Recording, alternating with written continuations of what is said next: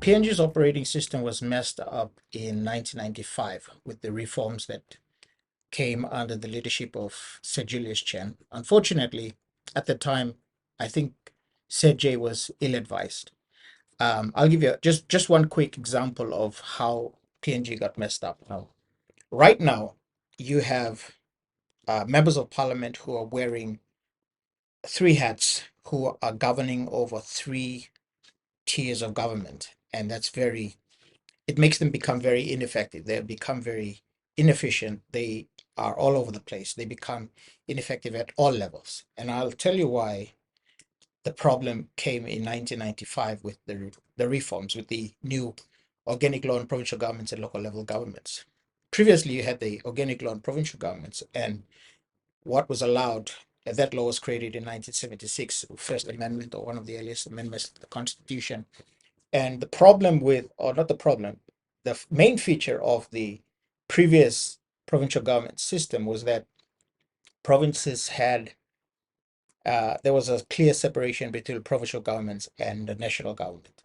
So provincial members, you had provincial assemblies, and you had something or someone or an office called the premier. Most provinces had the premier of the province. And the premier of the province was provincially elected. You had provincial members of the assembly, and the provincial members of the provincial assembly were not members of the national parliament. And the members of the national parliament who were elected from the provinces were not members, except maybe depending on each respective provincial constitution or provincial law, depending on that, they would have observer status within the provincial government assembly.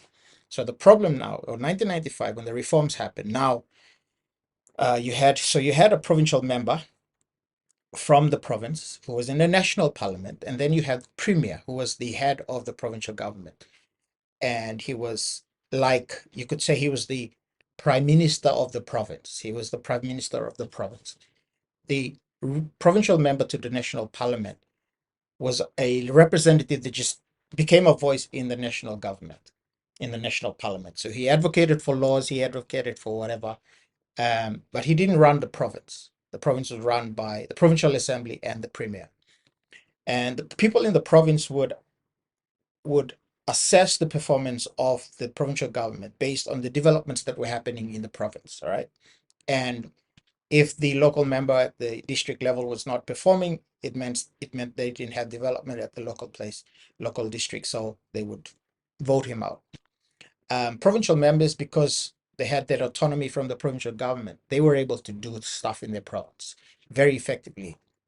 They were able to manage whatever monies that were given to the province. They were able to manage that to bring development. The premier, or the prime minister of the province, was able to lead the province or the provincial government independently from the national government.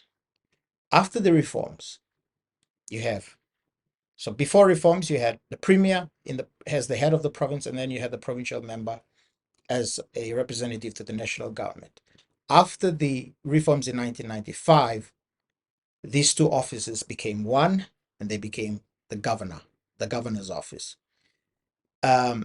The governor's office default is that the provincial member to the national government is the governor for the office province, unless he becomes a minister or some other condition. Then he relinquishes the governorship to another provincial member of the provincial assembly. So now you have the governor becomes the both the prime minister of the province as well as the provincial representative to the national government parliament. Problem now is that he has two hats. Now he has to manage national politics, he has to manage national interests, but he also has to manage his province. His province doesn't have much autonomy, isn't given much money these days. He doesn't have control over his provincial members, or they're almost um, autonomous. They're operating independently of the provincial assembly, because they have all been given individual powers like DSIP monies and individual monies, and they all think that they can become now every provincial member is not just, and not just the governor, every provincial member from every district is not just a provincial member of the provincial assembly. He's a national member of the national parliament. So he now has two hats, every one of them, he or she, they have two hats. They have the governor as a national agenda that he must pursue on behalf of his province, but then he must have a provincial agenda that he must pursue for his province.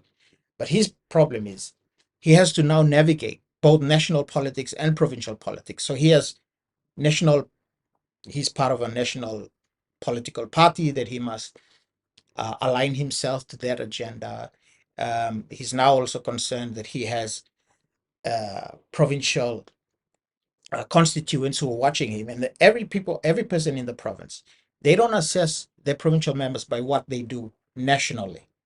They assess the provincial members, including the governor, or especially the governor, based on what happens locally, provincially, and they decide based on that whether they elect you back into parliament or not.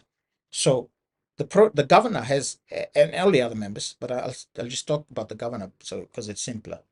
The governor has to be making sure all his whole province people are happy. He takes their interest and he represents that to the national parliament, but he has to compromise that with national politics and national, all the MPs in national parliament, they all have their agenda, their ideas. So now they're thinking, so the governor is thinking, how do I best serve my province, but how do I also stay relevant and stay important at the national level? So that's the conundrum. So this is where I think our operating system in Papua New Guinea was messed up. Now you have, so that's just at the governor level, where two offices, the premier of the province and the representative of the province to the national parliament, were merged into one office called the governor's office. And now he's wearing two hats. So he has to act nationally, but he has to also act provincially. Now it's the same thing for every provincial or every member of every electorate. Now, previously, before the 1995 reforms, provincial members to the national parliament were different from the provincial assembly. So they weren't really concerned about what happened in the province because that was the responsibility of the provincial assembly, the provincial members, the provincial government. Now they have to be concerned because they're out here in the national government, but the provinces are suffering. So they're wondering, how can I best go back and work with the province? So now this is where there's even further problems now to how they operate as members of parliament. So the members of parliament are thinking, how can I bring development to my province so that my people vote me again to come into parliament? In the old days, they are just representing, pre 1995, they're just representing their province and speaking to the national issues. Now they must also go back and build bridges, build roads, build hospitals, etc. So the people in the province assess them based on that. The people in the province don't really care what you're doing and how you're contributing to the national parliament, to the national government. So now they're also in that conundrum. So they're not also contributing to the province apart from the nation. They're also contributing to the local district, the local constituents, right? So they can sit in assembly, make a decision for the province, but they're also worried about their local constituencies because they're worried. The people down there are worried about whether you're building the bridges or not. They shouldn't be. The people down there shouldn't be worried about that. If the function of government was clear, the operating system of government was clear, you would have the national government take care of national business, national security, um, police, the army, the macroeconomic stuff. That's what the national government is supposed to take care of. Make laws that protect the nation as a whole, and so on. When it comes to province, the provincial assembly makes laws relating to the province, tries to build economic activity within the province, and carry on.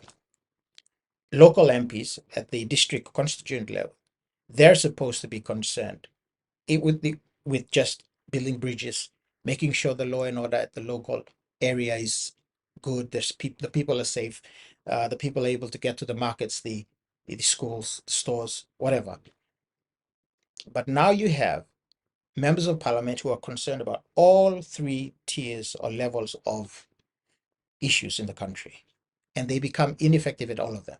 So now members of parliament, now they've been given also DSIP and PSIPs. Now they're becoming little prime ministers of their districts. So they are little prime ministers of their districts, and they are now trying to command development within their districts. Now that's the problem. Whilst they're doing that, they have to access money. Money is supposed to go to the province and then be trickled around into the province for agenda that the provincial assembly is supposed to set through its budget setting and all that. But now it's bypassing. So these local prime ministers of the districts, they access treasury through the DSIP, and they try to get all these funds to go and build bridges and roads and fix potholes and stuff like that. And it's a very small amount of money, but it's controlled by Waigani, which is the national government, the treasury. Now, if that money came to provinces as a bucket load, then they would not be worried about it. They just access that through the provincial system, and national government stays out of it. So now that they're there in the they become little prime ministers, they're all accessing money and trying to make sure they build bridges so they stay relevant, they stay important to their voters. That's who they're ultimately accountable to. So this is where our operating system is messed up. You have members of parliament who are doing too many things. They're wearing too many hats. They don't know where to access money, and then they end up compromising because in the people who control the money, the person who controls the purse, which is the national government, they decide whether you get your money for your local district or not. Unfortunately, they're using the DSIP to control the MPs. So the MPs have now, they're compromised. They can't work with the national parliament to be independent voices. Every member of parliament is an independent lawmaker. They're supposed to be considering every bill that comes before them independently. Get legal advice, get whatever advice they need to get based primarily on the proposed legislation that is before them. Their number one job is lawmaking. But they can't do that effectively because they're worried about their political alignments, access to money, whether that money comes in time, because they want to look good in the eyes of their bosses, the constituents in the local districts. So now you have a problem of them just compromising everything because they're trying to achieve too many things at too many levels, and they're becoming ineffective at all of them. They don't read laws now. The number one job of being effective lawmakers, they're not doing well. How many of them read hundreds of pages of draft laws before they go in and vote on it? Because they can't do it well, they just align themselves with the political party, with the government of the day, and then they just vote without really analyzing the bill and whether seeing the effects of the bill in the long run. So now the problem with our national government and our national parliament is that you have members of parliament who have become project managers, who have become lobbyists for development packages from donor agencies, from the national government, from whatever source they can find money from. Now they're trying to make development happen in their province, as well as managing national politics. So we end up with bad laws. We end up with very bad laws, uh, laws that just because the government says they're good laws, the rest of parliament goes with it. Because if they don't, then the national government through the treasury maybe finds a way to frustrate the process by which you receive your DSIPs. And because they frustrate that process, you can't really do the little potholes and the aid posts and the schools and the bridges, etc. In your constituency. You are just stuck. So we're in this conundrum now. We need to get back to the old days where the provincial government just handles development as it pleases. And the national government just stays out of development in the province. Just take care of the national stuff, right? I remember when I was in high school back in, not high school, sorry, primary school in Wewak. My favorite thing to drive by was the provincial works department, where you saw all these yellow trucks and machines. And on the weekends, they're all working, fixing roads, whatever. You drive out to Maprik, down to Vivek, you see the yellow trucks doing work, etc. on the way. And so it was really good to see. Now you don't see them anymore. You drive by contractors. And the contractors are controlled by the national government, unfortunately. So this is where our system is built in a way, and is being more and more crafted in a way that makes development at every level really difficult. You have at the national level, you have laws that are passed that are not really the best for the country, but who knows? Because no one's really studying them, talking about them. They're not really, there's no deep dive into them. NGOs do the little thing and do the little bit, but otherwise, at the provincial level, They're compromised. They're not as effective as they can. You have local level ward councillors coming out from the local level government elections, but they're almost useless because they have no power, no money. They have some power under the organic law and provincial governments, but they're not using it because they don't know how. And to make matters worse, they don't have access to any funding anyway. So that's just a snapshot of the problems that we have as far as our system of government is concerned.